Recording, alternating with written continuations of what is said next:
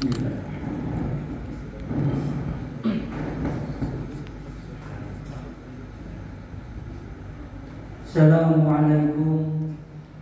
warahmatullahi wabarakatuh. Waalaikumsalam warahmatullahi wabarakatuh. Saya ulangi, sepertinya kok lemas semua ini. Salahnya bukan semangat, mungkin terlalu banyak titik. Ayo Pak, ulangi Pak ya, semangat. Assalamualaikum warahmatullahi wabarakatuh. Waalaikumsalam warahmatullahi wabarakatuh. Alhamdulillah, alhamdulillahirabbil alamin, hamdan syakirin, hamdan na'imin, hamdan yuwafi ni'amahu wa yukafi mazidah. Ya Rabbana lakal hamdu kama yanbaghi lil jalali wal ikram wa azimi sultanik. Allahumma shalli ala sayyidina Muhammad wa ala alihi sayyidina Muhammad, amma ba'd. Alhamdulillah, nikmatillah wa syukrulillah. Marilah bapak-bapak, ibu-ibu dan saudara sekalian jamaah salat subuh yang insyaallah dirahmati dan diridhoi Allah Subhanahu wa taala. Kita tidak bosannya setiap hari, setiap saat untuk senantiasa bersyukur kepada Allah. Yang dimana Allah mulai dari kita ada di kandungan orang tua kita masing-masing sampai sekarang tidak henti-hentinya kenikmatan diberikan Allah kepada kita. Allah tidak memandang bulu siapapun dia, pasti diberikan yang disebut dengan kenikmatan.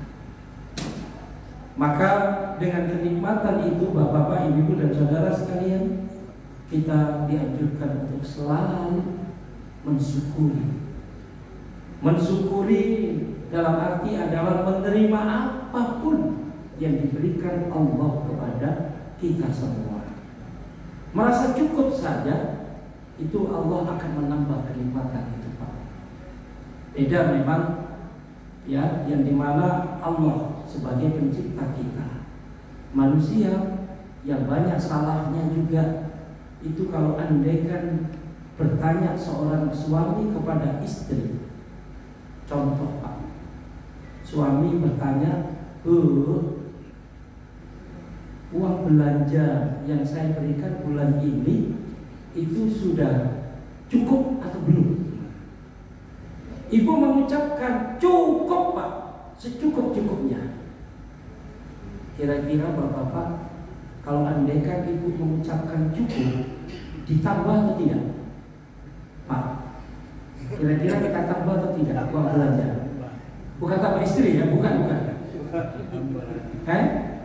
Tambah ya? Kayaknya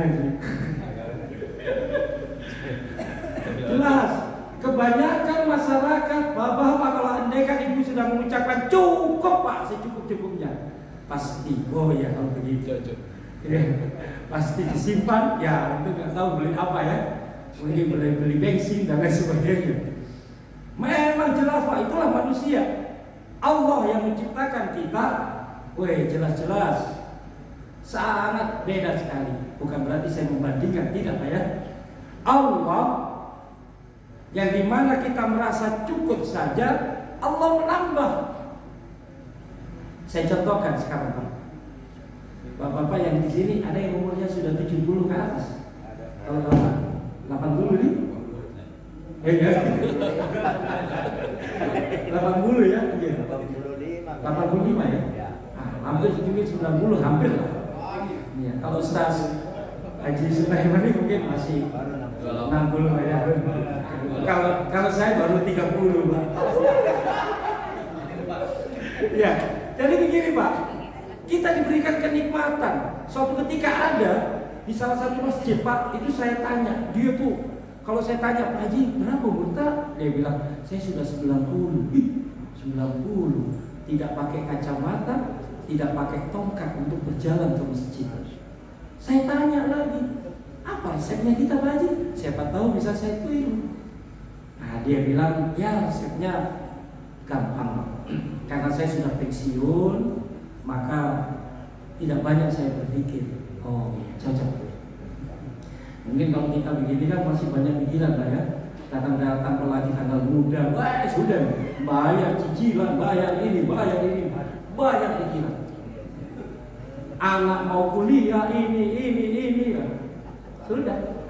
Nah, yang kedua Pak, dia bilang saya ini selalu melaksanakan yang disebut dengan puasa sunnah. Kalau harian biasa, Senin Kamis, terus 3 hari pertengahan bulan, dia lakukan semua. Dan yang ketiga, saya berusaha untuk tidak meninggalkan sholat sunnah atau sholat malam. Itu bisa kita tiru Pak, ya bisa kita tiru. Yang dimana kita ini diberikan kenikmatan oleh Allah. Bapak-bapak, ibu-ibu dan saudara sekalian masih bisa ke masjid untuk melakukan yang disebut dengan sholat rawatib maupun aktivitas-aktivitas lainnya. Itulah salah satu bentuk kenikmatan. Tidak henti-hentinya Pak, Allah itu memberikan yang disebut dengan kenikmatan. Allah tidak bosan, Allah juga tidak melihat siapapun, dia akan diberikan yang disebut dengan kenikmatan. Maka dari kenikmatan itu Bapak-bapak, Ibu dan saudara sekalian, selain kita diberi oleh Allah, Allah pun juga memberikan yang disebut dengan azab orang-orang yang kufur nikmat. Ya, Bapak-bapak, Ibu dan saudara sekalian, jamaah salat subuh yang insyaallah dirahmati dan diridhai Allah Subhanahu wa taala. Untuk hari ini saya akan membahas sedikit, ya nggak usah terlalu lama karena di sini tulisannya bahwa khutbah Jumat tadi ceramah 200 menit. Ya, jadi saya akan ambil judul yaitu hidup yang bermakna. Kalau kita bicara tentang hidup, Bapak, Ibu dan saudara sekalian, Allah Subhanahu wa taala menciptakan makhluk hidup yang ada di muka bumi ini. Ada yang disebut dengan sama, ada juga yang berbeda dalam arti pelaksanaannya. Kalau kita lihat tumbuh-tumbuhan, manusia maupun hewan ciptaan Allah pasti butuh yang disebut dengan makan, minum, dan aktivitas-aktivitas lainnya. Begitu juga kalau andaikan kita lihat hewan, kalau dia lapar pasti cari makan, kalau dia haus ya pasti dia cari minum dengan caranya sendiri-sendiri. Begitu juga manusia, kalau dia lapar ya jelas dia mau makan atau cari makan. Dia kalau haus dia cari minum. Nah, begitu juga berkenaan dengan gharizatun naluri untuk mencintai, ya, naluri untuk kalau dalam bahasa kerennya kawin. Nah, atau kalau kita menikah, binatang itu ada nafsu yang disebut dengan dia ingin kawin juga untuk memperkembangbiakan dia. Ya, kita contohkan kalau binatang pada waktu kawin dia tidak melihat, dia tidak mengatakan basa-basi untuk melamar dan tidak. Siapapun kalau memang sudah di depannya dan yang di depannya juga sudah siap, makan memang. Kan begitu. Jadi memang di situ. Tanpa melihat siapa yang dikawini, bisa jadi adalah induknya. Ya, bisa jadi mungkin ibaratnya adalah satu apa namanya Pak? Satu induk, bisa jadi. Dia tidak berpikir Pak, yang penting dia kawin. Beda dengan manusia. Kalau manusia, kalau dia mau menikah, mau kawin ibaratnya Pak ya, karena kata-kata kawin dengan menikah kadang-kadang beda loh Pak. Ya, orang mengatakan, kalau saya mengatakan pada mahasiswa bahwa kamu sudah menikah? Belum. Kawin, wah itu sering Pak. Wih, kan ternyata kawin itu identik dengan yaitu hal-hal yaitu perbuatan zina. Nah, di sini Pak itu beda. Manusia melamar dulu, sesudah melamar baru dia menikah. Kan itu. Nah, maka dari sini Pak, apakah manusia itu ada yang melanggar dari aturan-aturan itu? Ada Pak. Banyak sekali orang-orang yang dimana dalam hidupnya itu melanggar peraturan-peraturan yang diberikan Allah. Padahal kita dengan binatang itu bedanya adalah mulai dari akal. Kalau Kalau binatang tidak punya akal, kalau manusia itu punya akal, bisa membedakan mana yang baik dan mana yang jelek, bisa membedakan mana yang halal dan mana yang haram. Tapi ternyata dalam hidupnya banyak juga saudara-saudara kita di dalam melaksanakan kehidupan itu melanggar aturan-aturan Allah. Suatu ketika Pak, musim puasa begini, sore-sore jam 5 saya pulang dari kampus untuk ke rumah, itu di jalan Lemela itu Pak, macet. Saya lihat di situ ada anak muda pakai songkok, pakai songkok jam 5 sore ini, pakai songkok. Wah, saya bilang mantap ini. Ternyata tangan kanannya pegang satu batang rokok, ininya pegang satu gelas minum. Luar biasa Pak. Saya bilang, oh, kita prasangka baik saja ya, untuk mungkin nanti untuk buka puasa. Ternyata tidak. Dia ambil korek langsung merokok, nyaman banget. Ya Allah. Begitu juga ada orang-orang jual sayur di situ, tidak malunya dia. Sore-sore begitu Pak, meskipun andaikan Pak ya, dia non muslim pun hormati orang yang berpuasa. Jangan kok seenaknya sekali begitu. Tapi kadang-kadang memang dunia ini terbalik Pak. Orang yang berpuasa disuruh untuk menghormati orang yang tidak puasa. Ini susah. Ya, ini karena ini sekarang. Nah, makanya dari sini Bapak-bapak, Ibu dan saudara sekalian, kita punya potensi yang disebut dengan mata, kita punya potensi yang disebut dengan hati atau akal, dan kita juga punya potensi yang disebut dengan pendengaran. Tapi dalam salah satu firman Allah, Bapak, Ibu dan saudara sekalian, 3 hal itu kadang-kadang manusia tidak memakainya. Dalam firman Allah Azza wa Jalla, Bapak, Ibu dan saudara sekalian, di situ dikatakan, Bismillahirrahmanirrahim. Walaqad darabna li jahannama katsiran minal jins wal ins. Ya, di situ apa artinya? Dan sesungguhnya kami jadikan untuk isi neraka jahanam itu kebanyakan adalah jin dan manusia.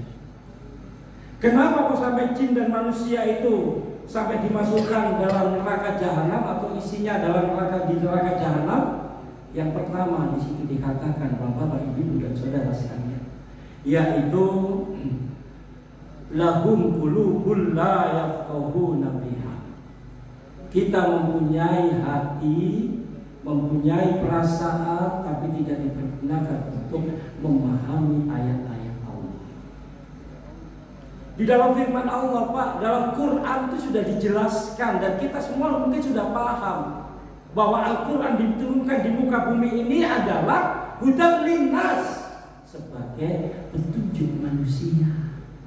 Tapi ada saja Pak, manusia-manusia yang ingin melanggar dari perintah-perintah Allah ini. Dalam Islam itu sudah jelas dikatakan janganlah Anda berlaku yang disebut dengan riswah atau sokok menyokok. Tapi buktinya masih banyak Pak. Satu ketika, mohon maaf Pak ya, saya pulang ke Jawa, itu berkumpul dengan saudara-saudara, dengan keluarga besar, omong-omong.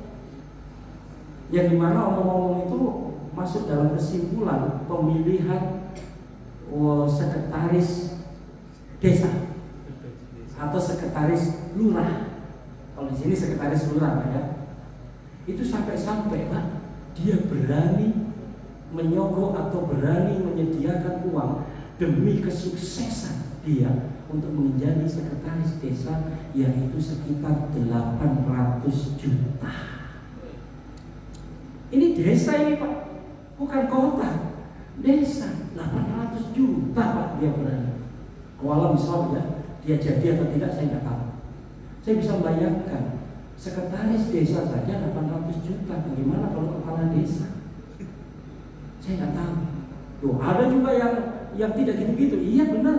Tapi ini saya cerita tentang sogok menyogok 800 juta. Yang kedua adalah berkenaan dengan bahwa kita ini sebagai manusia dianjurkan untuk menutup aurat.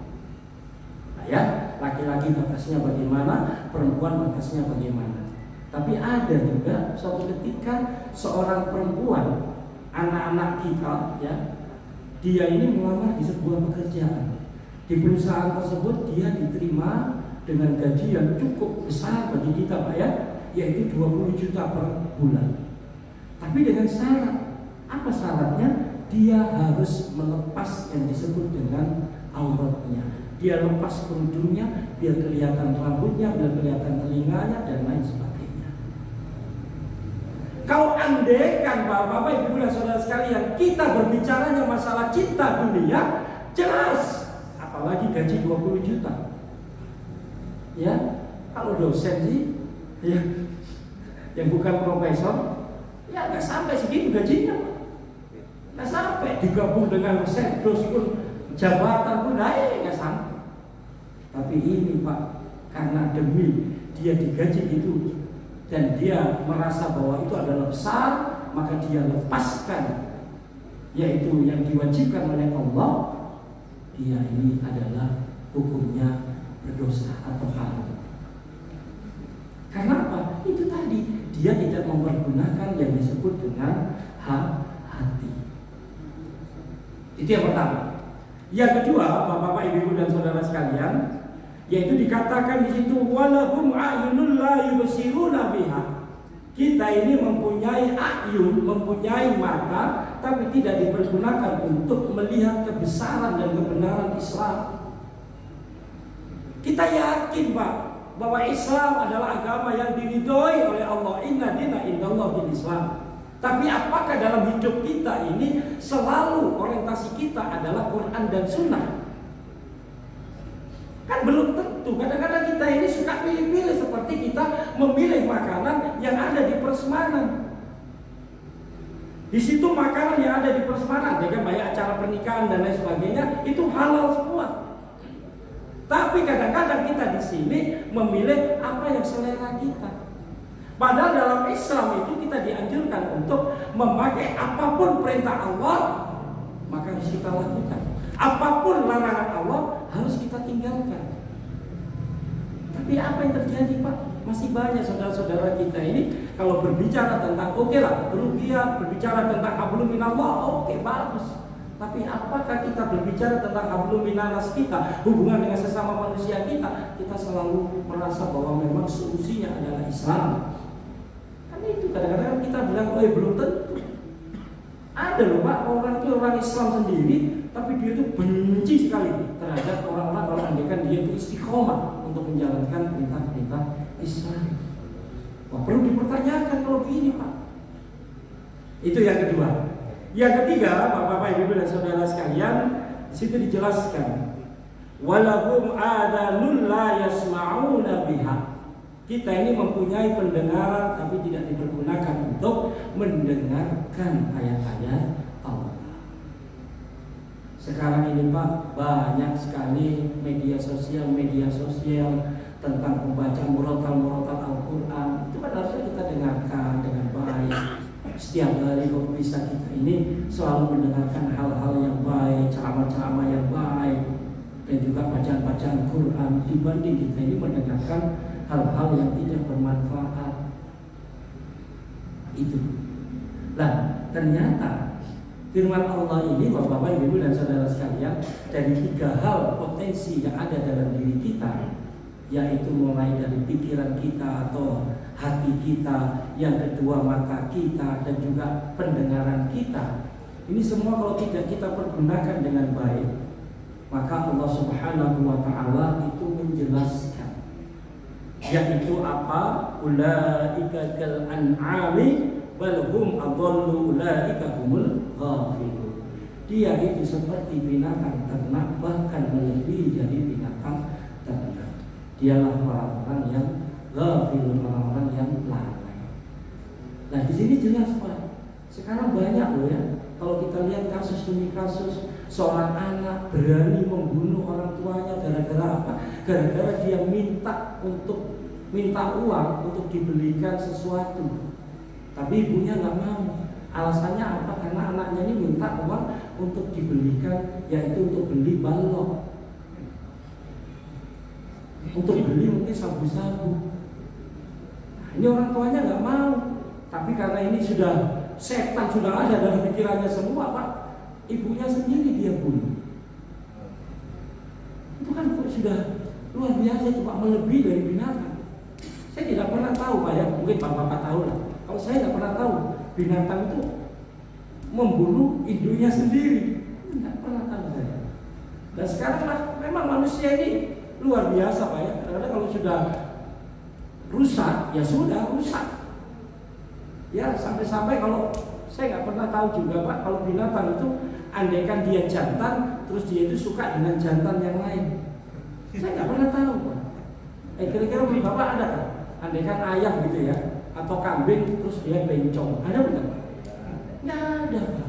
Tapi manusia Pak, memang ya dia itu sih bisa bersifat, yaitu dia laki-laki tapi suka sama laki-laki. Ada juga ya laki-laki oke, perempuan juga oke. Nah, ini kan sudah Pak, ini kerusakan yang dimana sekarang sudah jelas-jelas Allah mengatakan dia itu bahkan melebihi dari binatang. Bapak-bapak, ibu-ibu dan saudara sekalian, dengan adanya itu, maka kita ini sebagai manusia, kalau kita ini ingin agar hidup kita ini bahagia di dunia wal akhirah, hidup kita ini bermakna, maka ada 4 hal yang harus kita lakukan. Yang pertama yang harus kita lakukan Bapak-bapak, ibu dan saudara sekalian adalah kita dianjurkan untuk mempunyai hal yaitu ruhiyah, hubungan kita dengan Allah. Kita diwajibkan sebagai orang yang beriman, bulan ini adalah berpuasa, kita lakukan berpuasa. Kita diwajibkan yang dimana kita sholat 5 waktu, sholat wajib kita, ya kita lakukan itu. Kita diwajibkan juga untuk zakat, ya kita lakukan. Yang dimana hubungan kita dengan Allah harus benar-benar kita perbanyak. Apalagi sekarang bulan Ramadan dianjurkan untuk juga memperbanyak membaca Al-Quran. Saya percaya bapak-bapak yang ada di sini pasti membaca Al-Quran sudah sampai khatam di Pak ya. Ada yang sudah khatam 1 kali Pak ya? Ada. Ada yang sudah khatam juga Pak semua di sini? Ada yang mungkin 2 kali? Boleh juga, alhamdulillah. Ada suatu ketika ditanya, bagaimana? Sudah khatam? Woi, sudah. Saya sudah nih, 1 halaman. Gimana caranya ini? Kesempatan Pak sebenarnya Pak, yaitu bulan Ramadan penuh dengan pahala yang berlipat ganda. Juga bulan ini adalah bulan penuh pengampunan juga. Ya maka dari sini Pak kesempatan, ayo. Ya tadi saya dengar dari Ustaz Haji Sulaiman bahwa di sini juga diadakan itikaf, luar biasa. Ayo Pak, jalankan itu. Mumpung kita masih diberikan yang disebut dengan kenikmatan, kekuatan, lakukan Pak. Ya, mumpung kita belum dipanggil oleh Allah, lakukan itu semua. Perbanyak Pak. Kalau andaikan kita ini menganggur, andaikan dia nggak ada apa-apa, baca Quran. Tapi kalau kita aktivitas mau bekerja apa, ya kita tinggalkan dulu. Yaitu baca lagi. Kan lumayan Pak. Andaikan kita targetkan 1 bulan, ya itu bisa khatam sampai 2 kali. Andaikan bisa, berarti 15 hari kita harus khatam 1 kali, 15 hari berikutnya kita khatam yang kedua kali. Caranya bagaimana? Targetkan 1 hari itu 2 juz. Ya, berarti kalau 1 hari 2 juz berarti sekitar 18 halaman yang kita baca. Ya kan, masalah 9 lembar berarti 18 lembar ya. Itu kita baca Pak, biar kita bisa mencapai yang disebut dengan 2 juz per hari. Setiap selesai sholat duhur baca, ya selesai sholat asar baca. Berarti sekitar ya kita bisa katakan 2 lembar Pak ya per waktu. Nah itu nanti bisa kita 1 hari itu kita bisa lakukan yang disebut dengan 2 juz. Saya nggak kuat ini, saya nggak bisa kalau baca kadang-kadang ini. Ya bisa lah kita lakukan yang disebut dengan 1 khataman saja 1 bulan. Boleh Pak. Ya, yang penting ada keikhlasan, jangan terpaksa. Tapi memang harus benar-benar ini harus kita lakukan. Karena ini adalah kesempatan, kita masih diberi kesempatan untuk melaksanakan yang disebut dengan merasakan bulan Ramadan pada tahun ini. Belum tentu tahun depan kita bisa merasakan. Ayo Pak, manfaatkan ruhiyah kita benar-benar tunjukkan bahwa kita ini memang juga sebagai hamba Allah untuk melaksanakan itu. Ya, itu yang pertama. Yang kedua, selain daripada kita ini disuruh untuk ruhiyah, maka yang kedua adalah kita disuruh juga untuk khuluqiyah, mempunyai sifat yaitu akhlak yang mulia. Akhlak yang baik dalam arti adalah kita saling hormat menghormati antara yang tua dengan yang muda, dan kita pun juga menghormati kalau ada anak muda yang memberikan yang kebenaran, dan kita harus juga ikuti. Ya, kadang-kadang kan sekarang kan etika anak-anak sekarang Pak luar biasa. Ya, luar biasa maksudnya kadang-kadang itu juga salah. Anak-anak muda sekarang. Ini contoh Pak ya, contoh etika ya. Tapi nggak kategori dia tidak berdosa, tidak. Tapi cuma etika. Contohnya Pak, di tempat saya di masjid daerah Antang itu ada namanya adalah dia itu penjaga masjid atau biasanya yang kita sebut dengan marbot lah ya. Memang jelas Pak, orang ini dia sudah tua ya, sekitar hampir 60 umurnya, tapi dia memang bukan orang menengah ke atas, gitu Pak ya. Dia cuma sebagai bersih-bersih, pembersih gitu ya. Ya cukuplah kebanyakan kita ini. Ada yang mengatakan dia nggak mampu lah. Nah, ini Pak, yang saya sendiri secara pribadi, mohon maaf di sini, itu nggak setuju. Kalau andai kan dia ini Pak, anak-anak Pak, kalau manggil dia itu tanpa kata-kata bapak atau dai. Nah ini di sini kan sama-sama dengan bapak ya. Langsung sebut namanya. Anak kecil ini Pak, menyebut orang besar, orang tua dengan nama langsung. Kalau saya pribadi Pak, itu adalah tidak ada etikanya. Orang tua ini bukan temanmu. Mohon maaf Pak ya, kalau dengan kita beda untuk mengaturkan ya, memperlakukan ini. Kalau saya sendiri kurang setuju. Ya belum tentu loh ya, kalau kita selalu kan kata-kata begitu kan kadang-kadang ada orang yang suka meremehkan Pak. Mentang-mentang dia marbot, dia ini orang tidak mampu, akhirnya dia remehkan begitu. Belum tentu loh Pak, siapa tahu dia yang masuk surga, kita tidak masuk surga. Kenapa? Karena orang yang menjaga masjid, yang membersihkan masjid Pak, luar biasa.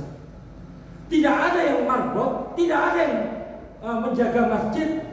Masjid ini kalau mau diadakan sholat tidak akan berjalan. Loh kok bisa? Bisa. Ayo coba. Kalau andaikan marbot ini serai kunci, dikunci semua, siapa yang mau sholat? Betul kan Pak? Ya, maka di sini itu. Loh, berarti imam juga nggak berfungsi, dia berfungsi. Makanya di sini ada namanya kerjasama.